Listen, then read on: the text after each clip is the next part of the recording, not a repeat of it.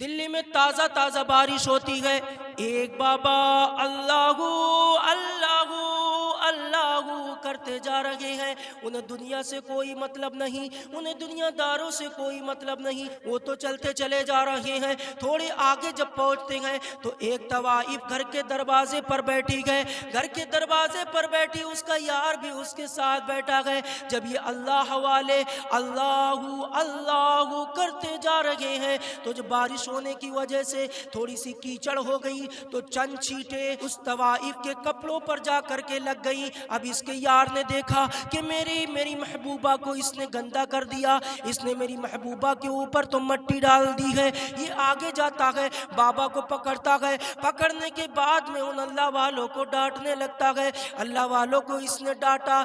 जैसे ही डांटता है थोड़ी देर के बाद में बाबा के एक थप्पड़ मार देता है और कहता है, बाबा तुझको नजर नहीं आता, तूने मेरे महबूब के कपड़ों को गंदा कर दिया गए, तूने उसको गंदा कर दिया गए। जब ये बात कही तो बाबा कहने लगे, हाँ हाँ मुझसे गलती हो गई। वो अल्लाह वाले कुछ ना बोले और कहने लगे, हाँ मेरी गलती हो गई, मैंने नहीं देखा कि तुम्हारे महबूबा के कपड़ों को मैंने गंदा कर दिया, मुझे नहीं पता था, लेकिन मैं तो जिक्र खुदा में मस्त था और मुझे नहीं पता कि मिट्टी किस पर जा कर के गिरी, किसको वो कीचड़ लगी है।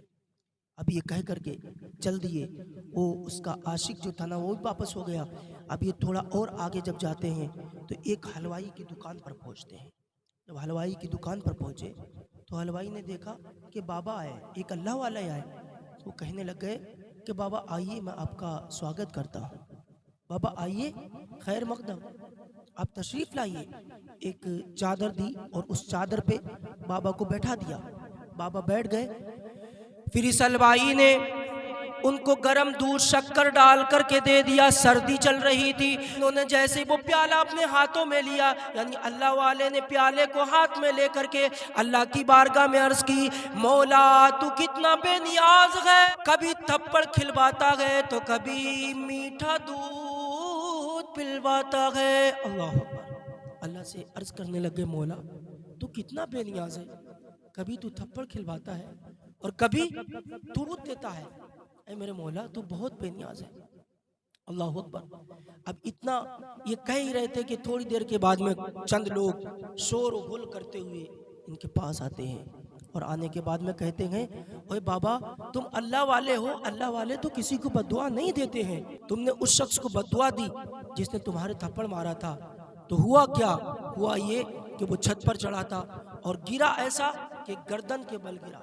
जब गर्दन के बल गिरा ना तो उसकी गर्दन टूट गई है, उसका इंतकाल हो गया। इनको ले जाया गया, का सच बताओ कि तुमने बद्दुआ दी या नहीं दी? बाबा कहते, ना मैंने तो बद्दुआ नहीं दी, मैंने उसको बुरा भला नहीं कहा, मैंने तो बस इतना कहा अल्लाह तेरा भला करे, जा अल्लाह तुझे हिदायत अता फरमाए, मैंने इतना कहा, इससे आगे कुछ भी ना कहा। बाबा की ये बात वो लोग मान नहीं रहे कि तुम ही ने बद्दुआ की है, तुम ही ने बद्दुआ दी है, जिसकी वजह से आज इसका इंतकाल हो गया। कहा हकीकत बताओ बाबा क्या है?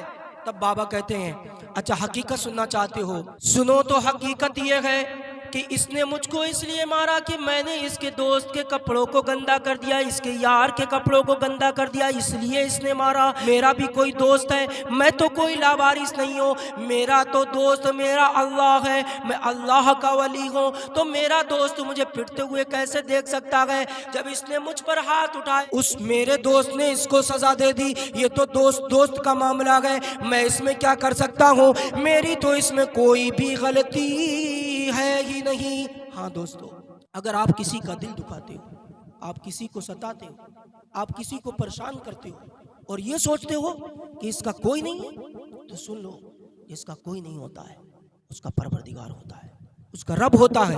अगर कोई इंसान किसी का दिल दुखाए, फिर वो काबे के अंदर बैठ करके भी अगर नमाजें पढ़ता रहे, रोजे रखे, फिर भी उसकी कोई नमाज कोई रोजा कबूल होने वाला नहीं, उसकी नमाजें बेकार, उसके रोजे बेकार, इसलिए कि उसने एक दूसरे इंसान का दिल दुखाया है। हुकूकुल इबाद है ये, जब तक बंदा माफ नहीं कर देगा तब तक रब ताला भी माफ नहीं फरमाता है।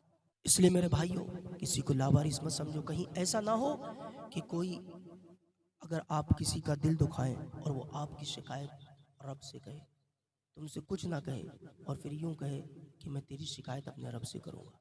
अगर ऐसा हुआ, कोई शय ऐसी नहीं है जो तुमको बचा सके।